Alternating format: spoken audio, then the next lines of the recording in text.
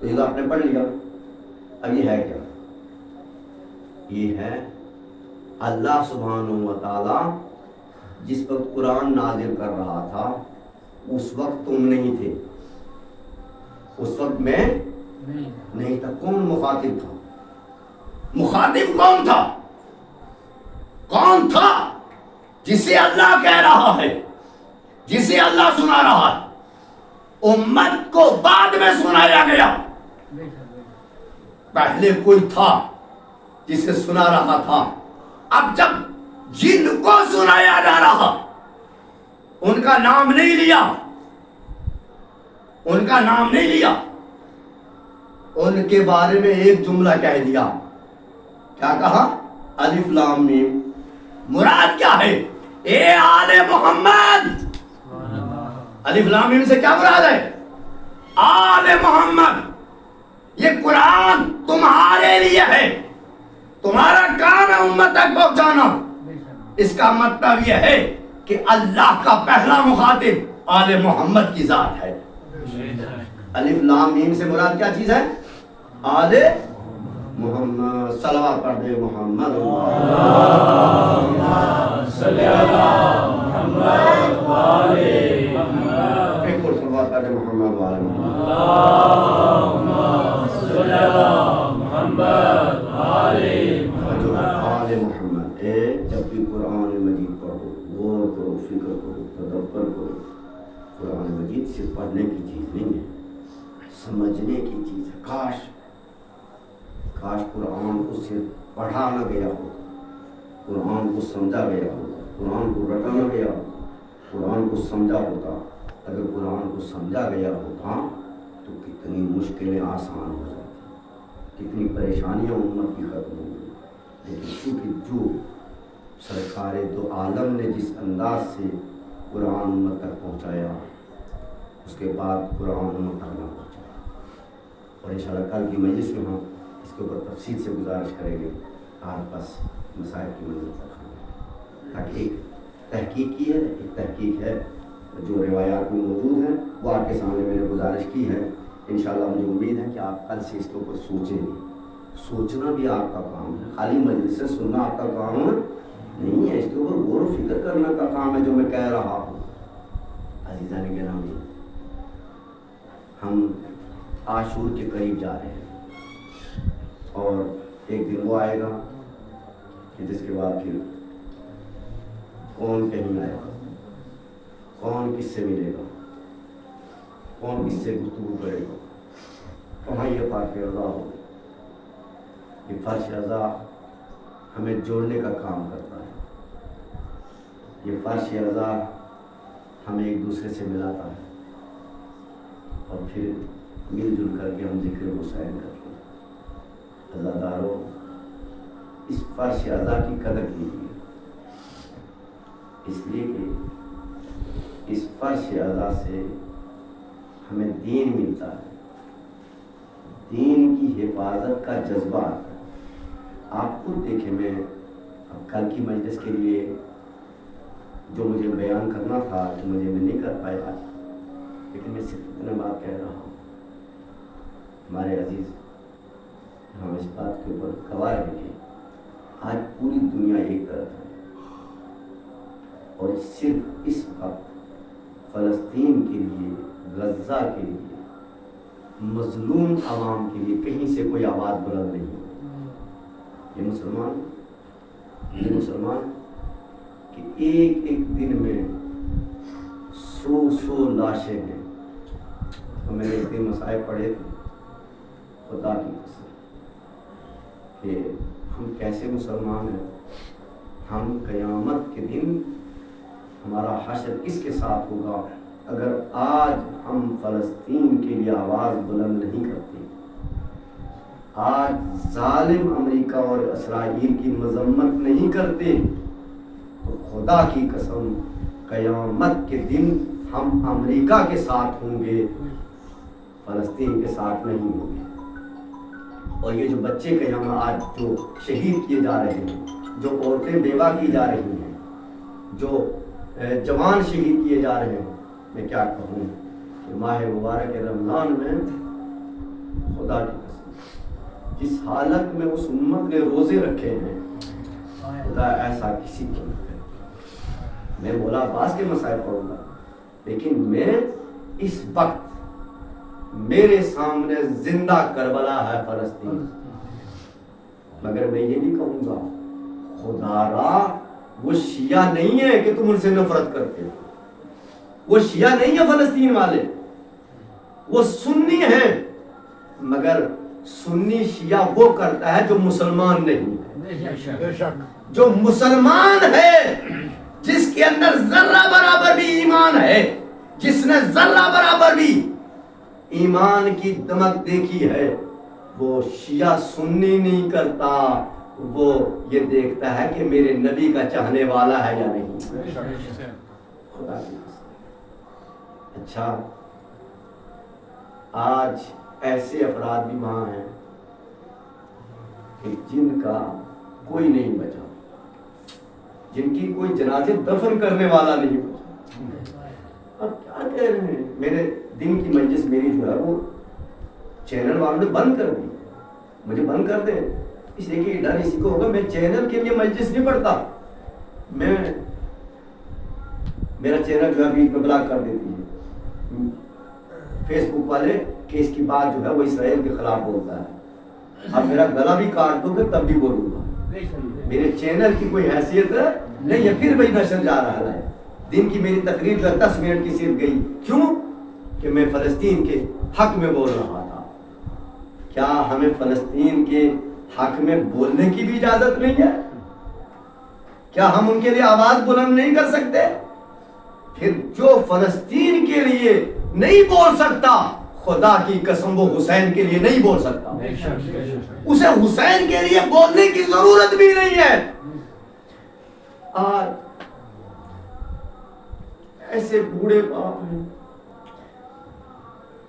جن کے بچے نہیں رہتے، عورتیں ہیں جن کا شوہر نہیں ہے، بچے گودیوں سے گزر گئے، ہاسپٹل ختم کر دیے.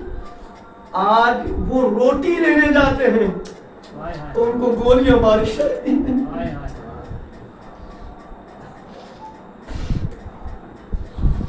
خدا مجلسوں میں آیا کرو، کسی کے لیے دعا نہ کیا کرو، یہ دعا کرو خدایا فلسطین کے مسلمانوں کی، غزہ کے مسلمانوں کی حفاظت فرما، خدایا امریکہ اور اسرائیل کو نابود فرما، خدایا اس کو نابود فرما. یہ دعا کیا کرو فرش عزا پہ بیٹھ کے. لیکن یہ جو مسلمان حلوے کھا رہے ہیں، یہ جو مسلمان بکرے کھا رہے ہیں، خدا کی قسم یہ آج بکرے کھا رہے ہیں، یہ حلوے کھا رہے ہیں، یہ پراٹھے کھا رہے ہیں، یہ مرغے کھا رہے ہیں. خدا کی قسم ایک دن ان کو اسرائیل کھائے گا. یہ میری بات یاد رکھنا، ان کو ایک دن اسرائیل کھائے گا. یہ موٹے تازے اس لیے ہو رہے ہیں کہ ایک دن یہ اسرائیل کا لقمہ بنے گے. کیوں؟ اس لیے کہ اب یہ ذہن میں رہے، میری یہ بات نوٹ کر لینا، اللہ کی قسم، اس منبر کی قسم، مجلس حسین کی قسم، اب اس امت کو غزہ کے شہید زندہ نہیں رہنے دیں گے. ان کی آہ، ان کی صدائے آہ ان کو اب نہیں جینے دے گی، اس لیے کہ قیامت میں وہ رسول کے پاس کھڑے ہیں. اے اللہ کے نبی، آپ کی امت دیکھتی رہی، اسرائیل ہمیں ذبح کرتا رہا، ہماری گردنیں کاٹتا رہا، ہمارے اوپر بم برساتا رہا. یہ اب نہیں جی پائے گی. اب اس امت کا وقت بہت قریب ہے. یہ میری پیشن گوئی ہے اور میری مجلس ریکارڈ جا رہی ہے، لائیو جا رہی ہے. سارے جتنی مسلمان طاقتیں ہیں یہ سن لیں کہ تم اگر آج اسرائیل کے، آج فلسطین کے ساتھ رہتے تو تم زندہ رہتے، تم غزہ کے ساتھ رہتے تو تم زندہ رہتے، لیکن تم نے مظلوم کو چھوڑ کے ظالم کے ساتھ دیا ہے. لہذا ایک دن ظالم بھی مٹے گا اور ظالم کا حمایتی بھی مٹ جائے گا. یہ میرا یہ مسائل ہے عزیزان کرام، اس لیے کہ ہم مظلوم کا ماتم کرتے ہیں. کس مظلوم کا؟ جنہوں نے قربانیاں دی دین کے لیے، جنہوں نے شہادتیں پیش کی دین کی. آج شب 8 ہے، آج کی مجلس بڑی اہم ہے، آج کے مسائل بھی بڑے اہم ہوں، مگر ہمت نہیں ہے کہ زیادہ پڑھ پاؤں گا۔ میں اتنی گزارش کروں گا کہ آج کی جب شب آتی ہے، کوئی بے چین ہو یا نہ ہو، مگر زینب بے چین ہو، زینب تڑپ جاتی ہے، سکینہ تڑپ جاتی ہے۔ اللہ اکبر۔ مدینے میں ایک مرتبہ مدینے میں یہ روایت اس گھر کی تھی، کربلا کے مسائل مدینے میں بیان ہوئے تھے۔ اب کہاں ہے خدا کی قسم، رسول اللہ نے مجلسیں پڑھی ہیں حسین کی، اور ایک مرتبہ مذاہب بیان کر لے زینب سے فرمایا، بیٹی زینب جب میدان کربلا میں جائے گی تیرے ہاتھوں میں رسیاں باندھی جائیں گی،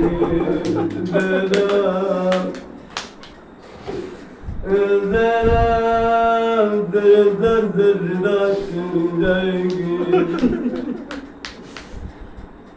زینب تجھے قاضی بنایا جائے گا، اے نبی پاک کی بیٹی کہ جس کے اوپر کبھی سورج کی نگاہیں نہ پڑی ہوں۔ اللہ اکبر۔ اس گھرانے کا ادب کتنا تھا، ادب کتنا تھا اس گھرانے کا، اصول اور رویا کی مجلس میں مسائب کے لیے نہ رویا کرے، حسین کی مظلومیت کو دیکھ کے رویا کرے، زینب کی بے رضائی کو دیکھ کے رویا کرے، علی اکبر کی جوانی کو دیکھ کے رویا کرے۔ اس گھرانے کا ادب یہ تھا، تہذیب یہ تھی اس گھرانے کی کہ اس گھر کی عورتوں نے کہ ان کی عورتوں کے اوپر کبھی سورج کی روشنی بھی نہیں پڑی، یہ حجاب، اتنا حجاب۔ ایک مرتبہ صحن کھانا زینب سو رہی ہے، آئے سن لیجیے، پاک بی بی علی کی بیٹی فاطمہ کی لفظ صحن کھانا میں سو رہی تھی، نماز فجر ادا کی، صحن میں آ کر کے لیٹ گئی، اتنا لیٹی کہ سورج کی شعاعیں بلند ہوئی۔ ایک مرتبہ جب سورج بلند ہوا تو حسین اٹھا، حسین ایک مرتبہ ایک چادر لے کے اپنے ہاتھوں کے اوپر ڈالی اور لے کر کے زینب کے اوپر کھڑا ہو گیا۔ تھوڑی دیر کے بعد جب زینب کی آنکھ کھلی، کیا دیکھا کہ بھائی چادر لیے ہوئے کھڑا ہے، زینب زبڑب گئی۔ اے بھیا آپ مجھے اٹھا دیتے، بھیا مجھے اٹھا دیتے، میں اٹھ جاتی، مگر آپ نے اتنی تکلیف کیوں کی؟ کہا زینب میں نہیں چاہتا کہ میری بہن کے اوپر سورج پڑے۔ کہتے کہ جب یہ روایت مدینے میں پڑھی گئی کہ زینب کے ہاتھوں میں رسیاں باندھی جائیں گی، زینب کی ردا چھین جائیں گی، زینب کہتی تھی میں سوچتی تھی، میں سوچتی تھی کہ جس کا عباس جیسا بھائی ہو، کسی کی مجال ہے کہ جو اس بہن کے ہاتھوں میں رسیاں باندھ دے، جس کا علی اکبر جیسا بیٹا ہو، جس کا حسین جیسا بھائی ہو۔ کہتی تھی کہ سوچتی تھی مدینے میں یہ کیسے ہو سکتا ہے کہ عباس جیسا بھائی ہو۔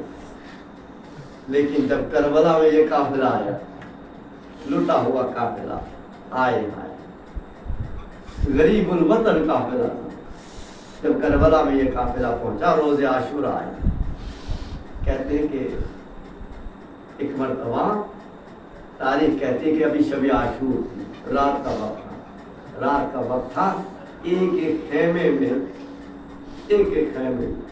کھائے، عباس خیموں کا پہرا دیکھ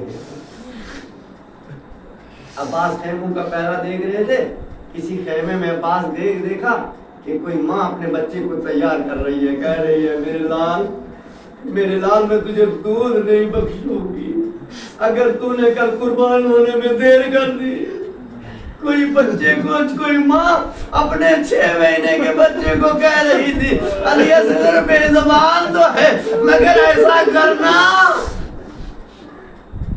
ایک مرتبہ یہ خیمے میں تھے، کہ ایک بیوی آنسو بہا رہی ہے، رو رہی ہے، گریہ کر رہی ہے، کہتی کاش میں صاحب اولاد ہوتی تو آج میں بھی اپنے بچوں کو حسین کے اوپر قربان کر دیتی۔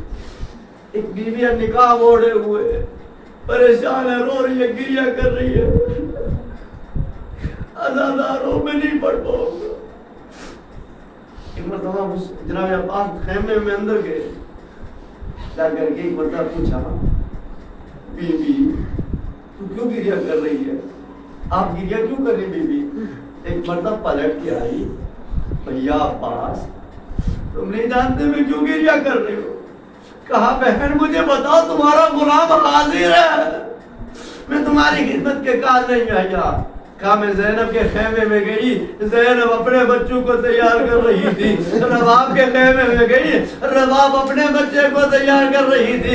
فروا کے خیمے میں گئی، فروا اپنے بچوں کو تیار کر رہی تھی۔ میرے اور کوئی اولاد نہیں۔ ایک مرتبہ عباس نے بازو آگے بڑھا دیے، اے بہن کل عباس تیری طرف سے قربان ہو جائے گا۔ اتنا کہنا اللہ اکبر۔ عزادارو بس یہ وہ منظر تھا۔ ایک مرتبہ رات تھی ایک مرتبہ جناب زہرقین خطبہ دے رہے، دو جملے تو کہہ دوں، تھکے ضرور ہے لیکن مصائب عباس میں کیا کروں۔ زہرقین ایک جذباتی خطبہ دے رہے جس میں کہہ رہے تھے کہ دیکھو حسین مظلوم ہے، کل ایسا نہ ہو کہ تم میں سے کوئی ساتھ چھوڑ دے، حسین تنہا رہ جائے، حسین تنہا رہ جائے، لہذا تم جس کو جانا ہو وہ ابھی رات میں نکل جائے، کل ایسا نہ ہو کہ میدان چھوڑ کے بھاگے۔ سب خطبہ سن رہے تھے۔ ایک مرتبہ جناب عباس کو جلال آیا، زہرقین اب کوئی جملہ نہ کہہ دو، خدا کی قسم اب کچھ مت بولنا، اس لیے کہ روز عاشور سے پہلے رات میں قیامت برپا کر دوں گا، ایسی تلوار چلاؤں گا، ایسا حملہ کروں گا کہ صبح ہونے سے پہلے لشکر کو جہنم پہنچا دوں گا۔ ایک مرتبہ اب جو عباس کا جلال حسین نے سنا، خیمے سے باہر آئے، ایک مرتبہ ادھر گئے جدھر زہرقین تقریر کر رہے تھے، ایک مرتبہ زہرقین کو روکا، عباس کو کھڑا کیا، عباس میرے لال کیا کہہ رہے تھے؟ کہا بولا کچھ نہیں، بس ایسے ہی کہہ رہا تھا کہ بس اتنا ہے کہ کل مجھے اجازت لے دینا، کل مجھے اجازت لے دینا، پھر دیکھنا کہ جنگ کسے کہتے ہیں، حسین تک کسی یزیدی کو آنے نہ دوں گا، بس اتنی اجازت دے دے مولاؤ۔ ایک مرتبہ حسین نے عباس کا جذبات دیکھا، خطبہ سنا۔ ایک مرتبہ عباس کا روز عاشور ہے، کہا جی مولا عاشور کا دن ہے، کہا مولا عباس کل قیامت کا دن ہے، قربانیوں کا دن ہے، کہاں مولا؟ کہا ذرا مجھے اپنی تلوار تو دو، میں دیکھوں تو سی تمہاری تیاری کیسی ہے، تمہاری تلوار کیسی ہے۔ ایک مرتبہ عباس نے تلوار دی، حسین نے دیکھا، کہا عباس بہت تیز دھار ہے، کہا مولا اسی لیے تو تلوار کی دھار بھی تیز کی ہے اور بازو میں بھی دم ہے۔ حسین نے کہا عباس تیاری ہو گئی؟ کہا مولا۔ ایک مرتبہ حسین نے تلوار کو لیا، دو ٹکڑے کیے،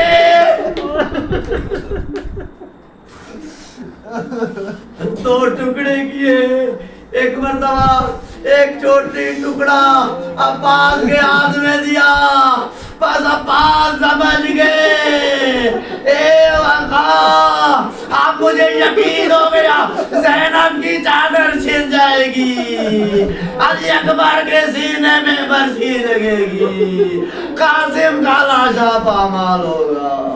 انا للہ وَإِنَّا إِلَيْهِ رَاجِعُونَ رَضًا بِقَضَائِهِ وَتَسْلِيمًا لِأَمْرِهِ